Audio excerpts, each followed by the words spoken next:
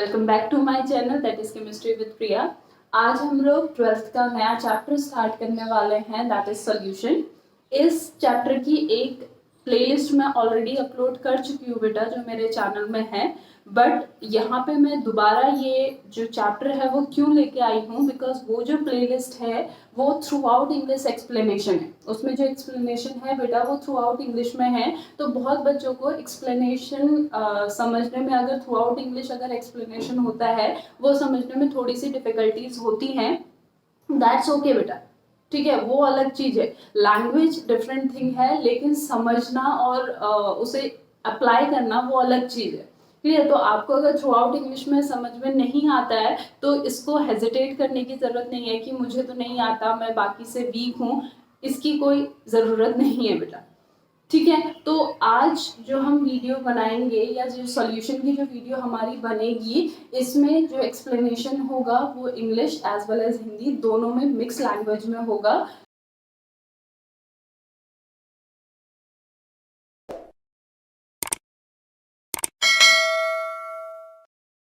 सो बेटा, सॉल्यूशन का जो पहला टॉपिक है वो है हमारा how to express the concentration of a solution.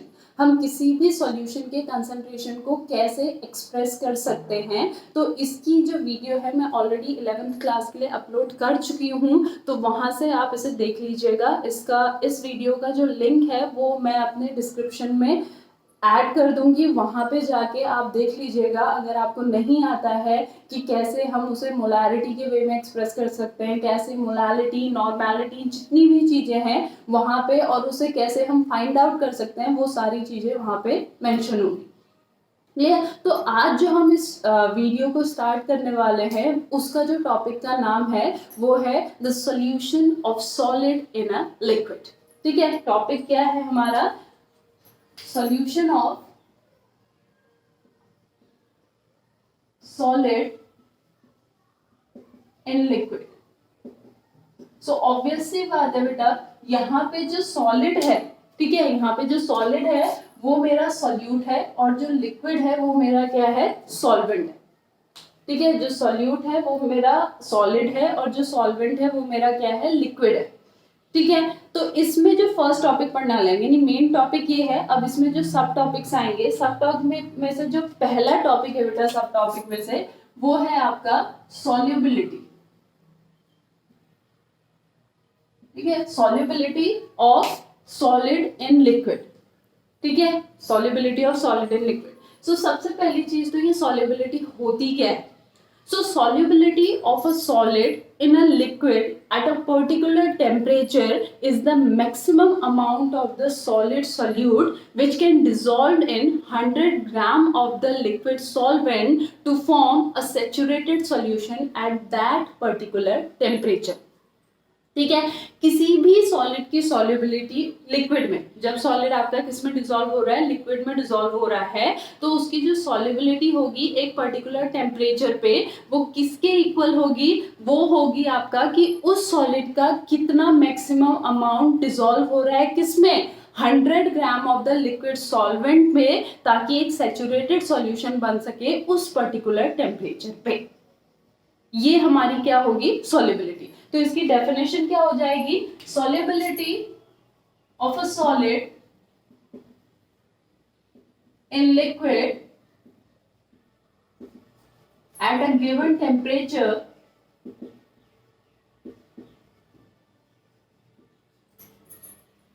is the maximum amount of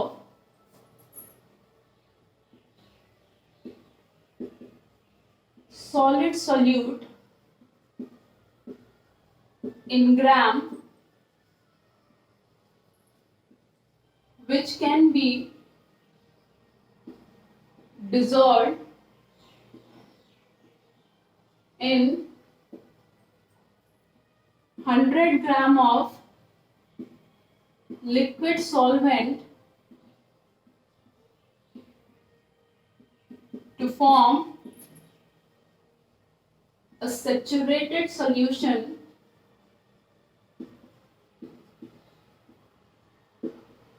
at that particular temperature।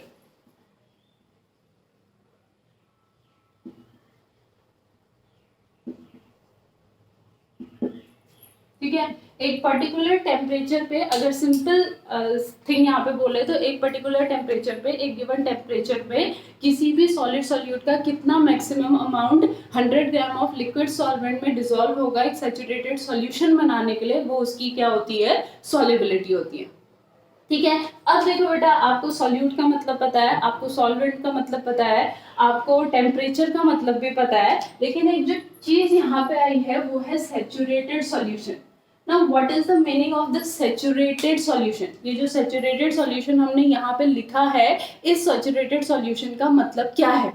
ठीक है। सो सपोज बेटा आप एक सॉलिड लिक्विड में डिसॉल्व कर रहे हैं, ठीक है, एक सॉलिड आप लिक्विड में डिसॉल्व कर रहे हैं। So when a solid keep on adding in the liquid, when a solid keep on adding in the liquid, the solid, जो solid solute होता है, keeps dissolving in the liquid and the concentration of the solution keeps on increasing। ठीक है। जब भी हम किसी solid को लिक्विड में डिसॉल्व करते हैं तो क्या होता है, सॉलिड उस लिक्विड में रेगुलरली डिसॉल्व होता रहता है और जो सॉल्यूशन वहां पे बनता है उसका कंसंट्रेशन क्या होता रहता है, इंक्रीज होता रहता है। फॉर एग्जाम्पल बेटा, अगर आप क्या करोगे, आपने एक ग्लास वाटर लिया है, आप उसमें शुगर ऐड कर रहे हो, पहले आपने उसमें पिंच ऑफ शुगर ऐड किया तो जो ग्लास का जो वाटर का टेस्ट होगा वो उतना इफेक्ट नहीं होगा। ठीक है। फिर आप उसमें 1 स्पून ऐड करोगे तो क्या होगा, वो हमें मीठा लगने लगेगा। 2 स्पून ऐड करोगे तो आपका वो और मीठा लगने लगेगा। 3 स्पून ऐड करोगे तो वो और ज्यादा मीठा लगने लगेगा। मतलब जो सॉल्यूशन है उसका कंसंट्रेशन क्या हुआ है, इंक्रीज हुआ है। ठीक है। तो जब भी हम क्या करेंगे, सॉलिड को लिक्विड में ऐड करेंगे, कॉन्टिन्यूसली ऐड करेंगे, तो सॉलिड उस लिक्विड में कॉन्टिन्यूसली क्या होता जाएगा, डिसॉल्व होता जाएगा, जिससे जो सॉल्यूशन है उसका कंसंट्रेशन बढ़ता जाएगा और इस प्रोसेस को कहते हैं डिसोल्यूशन। तो यहाँ पे एक प्रोसेस आएगी जिसको आपको समझना जरूरी है और उस प्रोसेस का जो नाम है वो है डिसोल्यूशन। ठीक है। अब ये डिसोल्यूशन क्या है, डिसोल्यूशन है when a solid solute is continuously added in liquid solvent,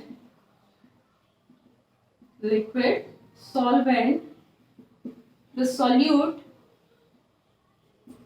keeps dissolving and the concentration of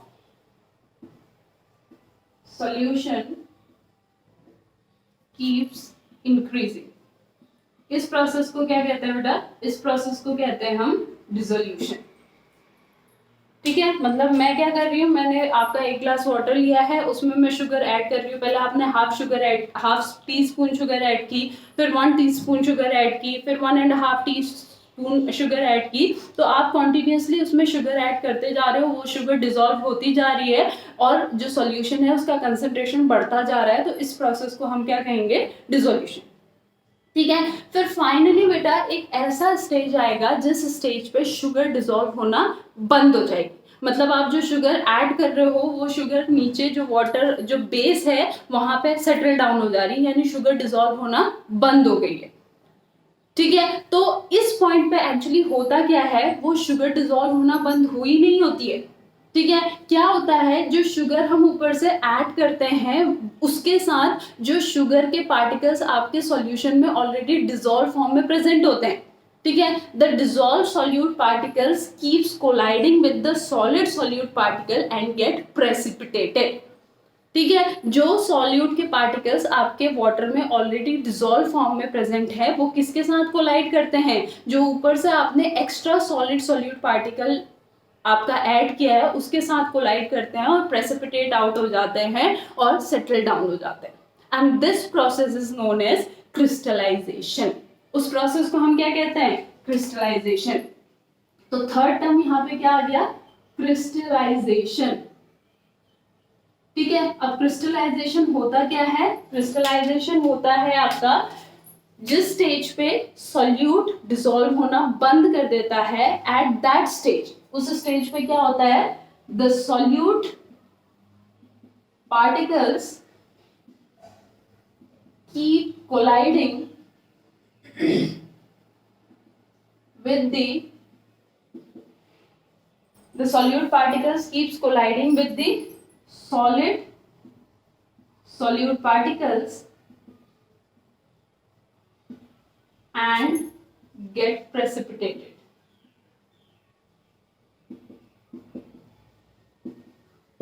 This process is known as crystallization. ठीक है, तो मतलब एक पॉइंट ऐसा आएगा जहां पे शुगर डिसॉल्व होना बंद हो जाएगी. उसके बाद जब आप शुगर ऐड करेंगे तो क्या होगा, जो शुगर के मॉलिक्यूल ऑलरेडी सॉल्यूशन में डिसॉल्व फॉर्म में प्रेजेंट है वो किसके साथ कोलाइड करेंगे, जो आपने एक्स्ट्रा शुगर के मॉलिक्यूल ऐड किए हैं उसके साथ आपका क्या करेंगे, कोलाइड करेंगे और प्रेसिपिटेट आउट हो जाएंगे. ठीक है, अब वो प्रेसिपिटेट आउट हो जाएंगे तो जिस जगह पे वो प्रेजेंट थे बेटा वो जगह खाली हो गई. ठीक है, तो वहां पे क्या होगा, जो एक्स्ट्रा शुगर आपने ऐड की है वो डिसॉल्व हो जाएगा. ठीक है, तो मतलब क्या होता है, जब शुगर डिसॉल्व होना बंद हो जाती है तो हम तो क्या कहते हैं कि यहाँ पे डिसोल्यूशन की प्रोसेस स्टॉप हो गई है. ठीक है, लेकिन वो वहां पे स्टॉप नहीं हुई होती है, बिकॉज एट दैट पॉइंट, उस पॉइंट पे आपका क्या होता है, rate of dissolution is equals to rate of crystallisation.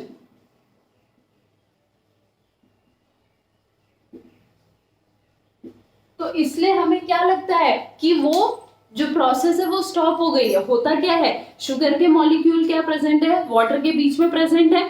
ठीक है, पूरी स्पेस भर गई, अब शुगर के मॉलिक्यूल डिसॉल्व होना बंद हो गए, हमने ये कहा. लेकिन होता क्या है बेटा, जो ऊपर से शुगर हमने ऐड की उसके साथ जब ऑलरेडी प्रेजेंट शुगर मॉलिक्यूल टकराए तो वो प्रेसिपिटेट आउट हो गए, जिससे मतलब सेपरेट हो गए, जिससे जहां पे वो ऑलरेडी प्रेजेंट थे वाटर के बीच में वो वाली जगह खाली हो गई, तो जो एक्स्ट्रा शुगर ऊपर से गई वो वहां पे आ गई. तो ये एक डायनामिक इक्विलिब्रियम है, यहाँ पे प्रोसेस रुकती नहीं है. ठीक है, यहाँ पे एक डायनामिक इक्विलिब्रियम, एक इक्विलिब्रियम होता है लेकिन डायनामिक. एक तो चीज होती है बेटा स्टैटिक इक्विलिब्रियम, मतलब जो जैसा है वो वैसा ही रहेगा. एक होता है डायनामिक इक्विलिब्रियम, मतलब जो फॉरवर्ड और बैकवर्ड रिएक्शन है वो कॉन्टिन्यूअसली होती जाएगी, जिससे हमें लगेगा तो ऐसा कि रिएक्शन स्टॉप हो गई है, लेकिन रिएक्शन स्टॉप नहीं होती. तो वही चीज यहाँ पे भी है. रेट ऑफ डिसोल्यूशन किसके इक्वल हो जाता है, रेट ऑफ क्रिस्टलाइजेशन के इक्वल हो जाता है. क्लियर. और इस पॉइंट पे, जिस पॉइंट पे rate of dissolution is equal to the rate of crystallization, at that point the solution is known as saturated solution. उस सॉल्यूशन को हम क्या कहते हैं, सैचुरेटेड सॉल्यूशन कहते हैं. जिस पॉइंट पे आपका क्या होता है, रेट ऑफ डिसोल्यूशन किसके इक्वल हो जाता है, रेट ऑफ क्रिस्टलाइजेशन के इक्वल. और उस सैचुरेटेड सॉल्यूशन के कंसंट्रेशन को हम क्या कहते हैं, सॉल्युबिलिटी. ठीक है, सो जिस स्टेज पे आपका rate of dissolution becomes equals to the rate of crystallization, at that point the solution is said to be saturated solution, and the concentration of the saturated solution is known as solubility of that particular solution. Clear? इतना clear हुआ बेटा. ठीक है, solubility, dissolution, crystallization, saturated solution, ये चीज clear हुई. Okay, next जो topic हमने यहाँ पे पढ़ना है वो है फैक्टर्स अफेक्टिंग.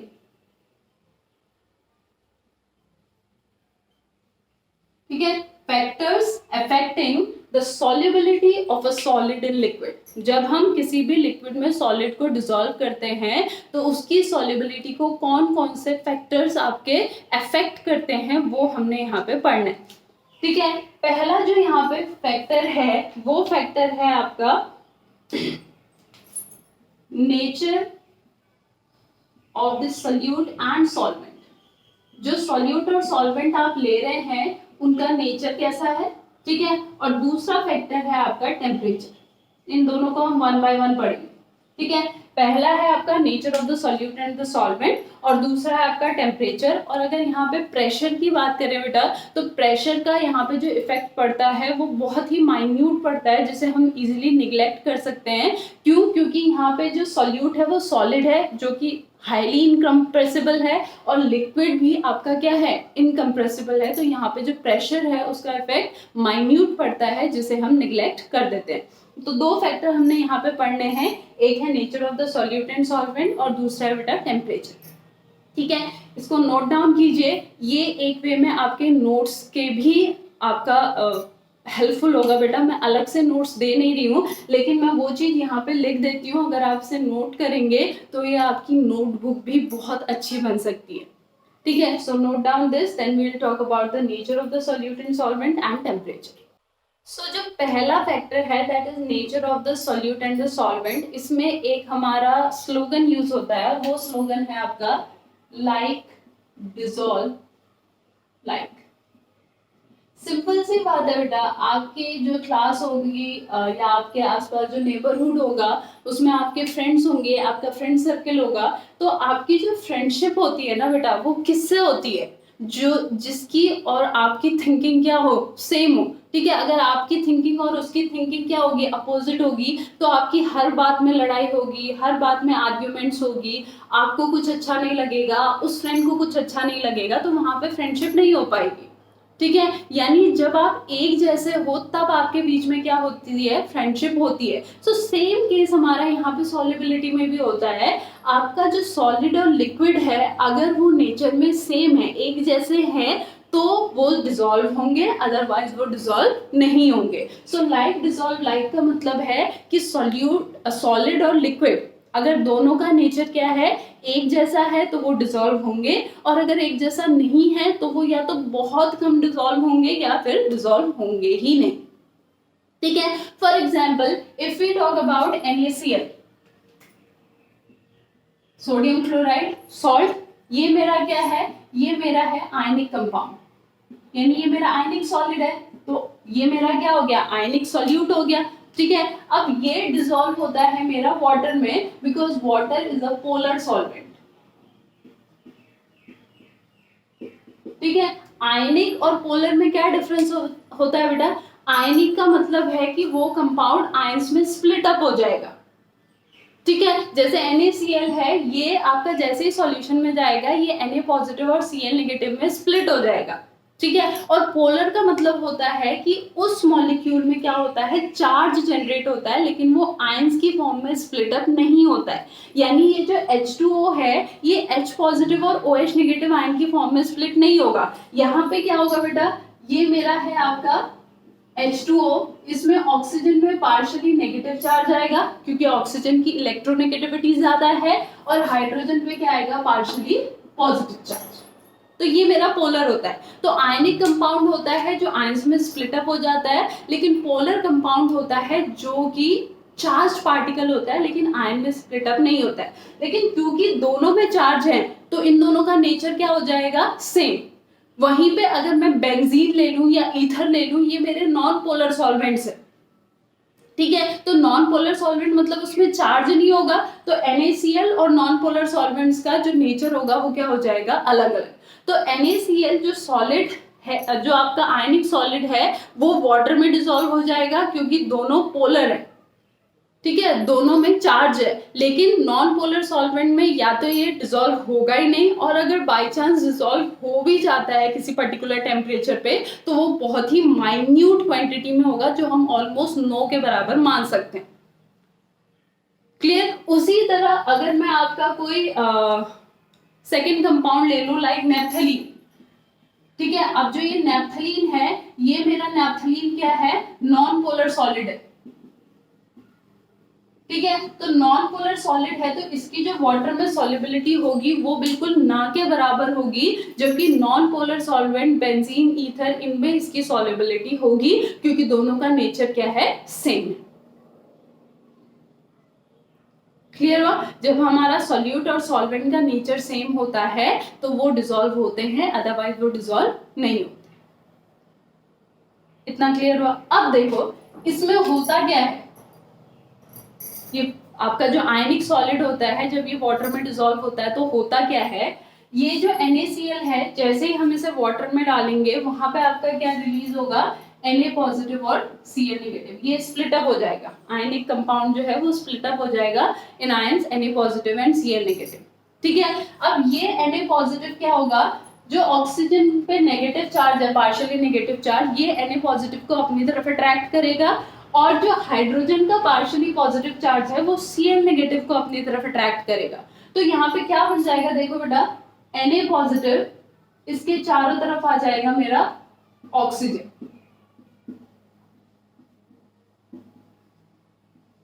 ठीक है, और हाइड्रोजन जो है, हाइड्रोजन किसकी तरफ आ जाएगा? Cl नेगेटिव की तरफ।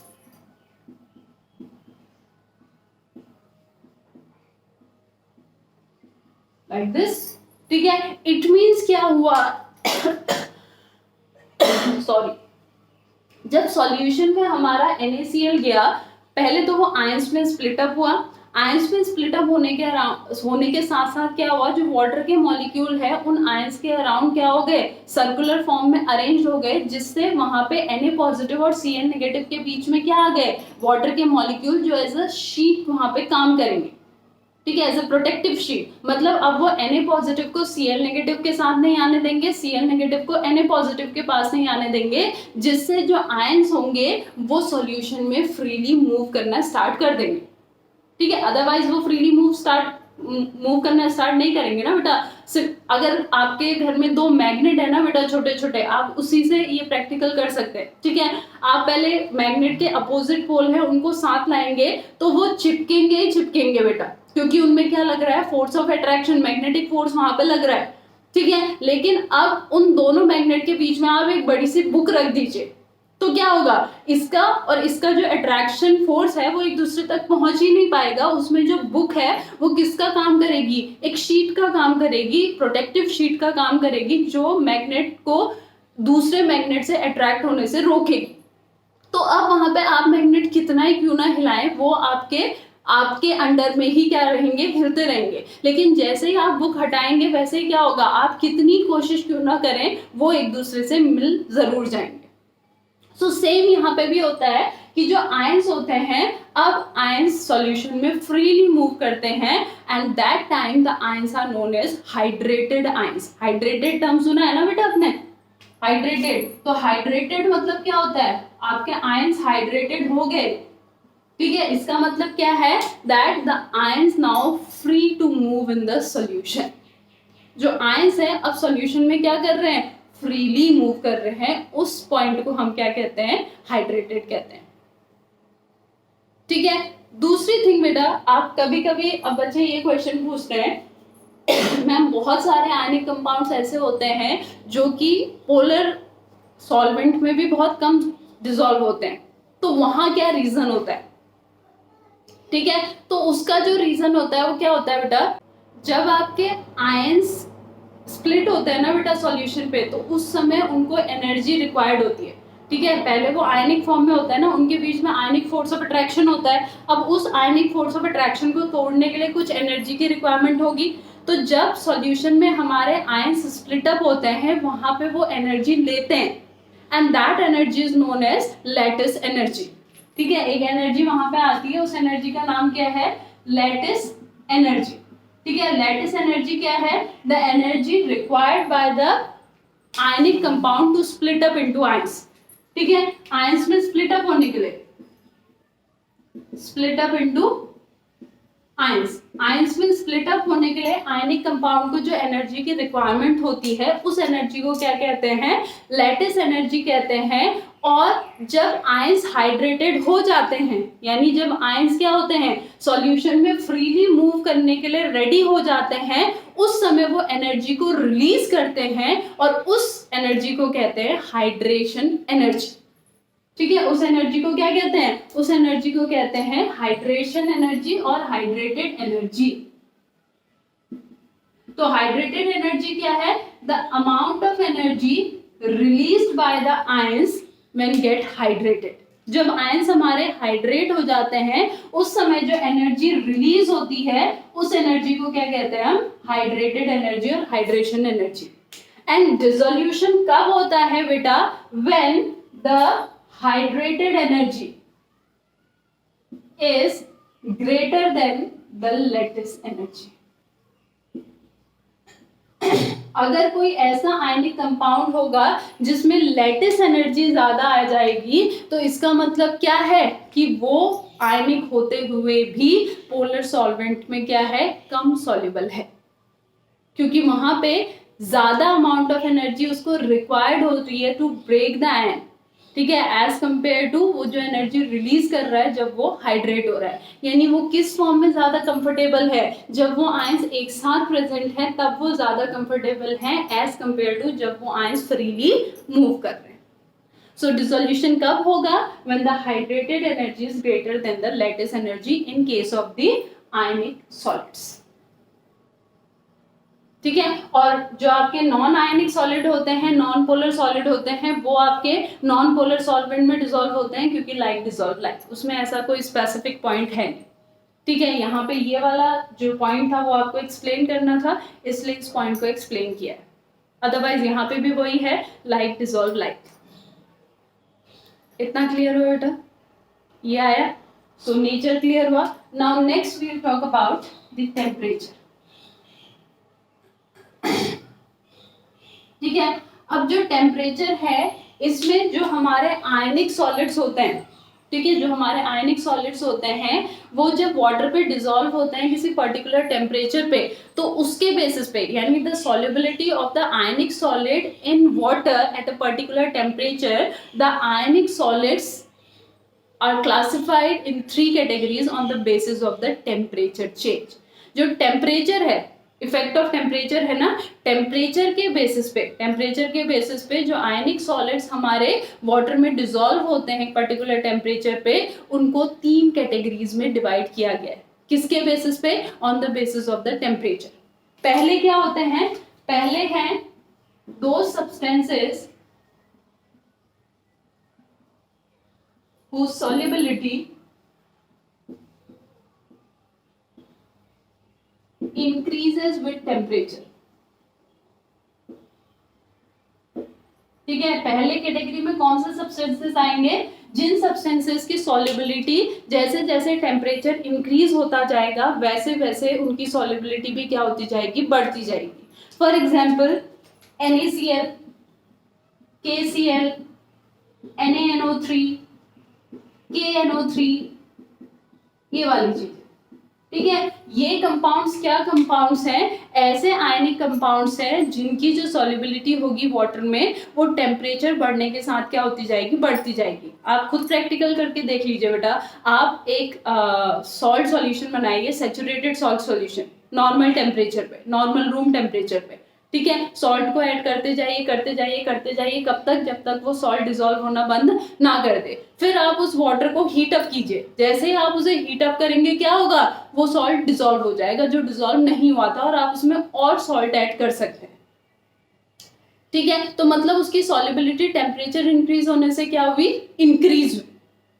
क्लियर? ठीक है, अब ऐसा क्यों होता है? बिकॉज इन सब्सटेंसेस के केस में द डिसोल्यूशन, जो डिसोल्यूशन है, हमने पढ़ा था ना डिसोल्यूशन क्या होता है, जो डिसोल्यूशन प्रोसेस है that dissolution process is endothermic. इनमें क्या होता है? जो डिसोल्यूशन की प्रोसेस होती है वो कैसी होती है? एंडोथर्मिक। और एंडोथर्मिक है तो टेम्परेचर इंक्रीज करने के साथ साथ वहां पे डिसोल्यूशन की प्रोसेस भी क्या होगी? इंक्रीज होगी, और डिसोल्यूशन की प्रोसेस इंक्रीज होगी तो सॉल्युबिलिटी भी इंक्रीज होगी।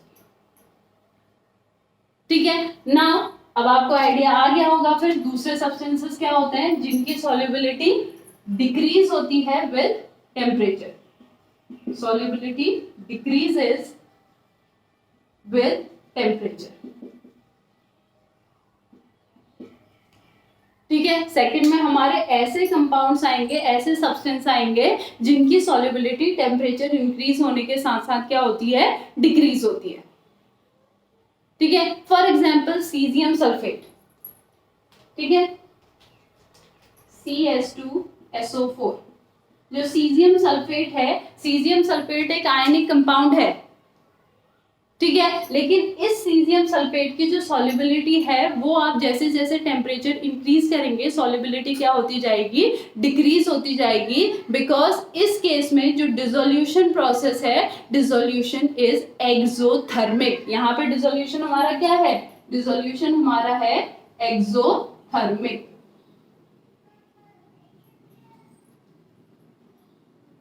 क्लियर ना? दो कैटेगरी तो क्लियर हो गई। ठीक है, एक में टेम्परेचर इंक्रीज होने से सॉल्युबिलिटी बढ़ी, दूसरे में टेम्परेचर इंक्रीज होने से सॉल्युबिलिटी डिक्रीज हुई।